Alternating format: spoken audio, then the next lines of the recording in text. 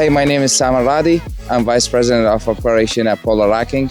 Today we're in upstate New York at Volney Solar Project, where Polar Racking supplied 14 megawatt of its SolX single access tracker. This 14 megawatt project was installed in 4 weeks of time, from foundation to racking to paneling, thanks to our partners and our installers and Pezzi Construction who made this happen. The design of our SolX single access tracker is a key in the fast installation process, mainly due to 3 things. Pre-assembly of 60% of the product in a controlled environment, where a day like this, it's cold, it's windy, and it's snowing, you can still make some progress. The second thing is the tolerance of the racking to pile installation.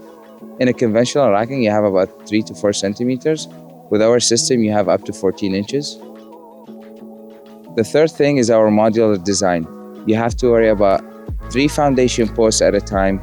You need to have them aligned, and then you connect one table to another table utilizing our flexible drive shafts.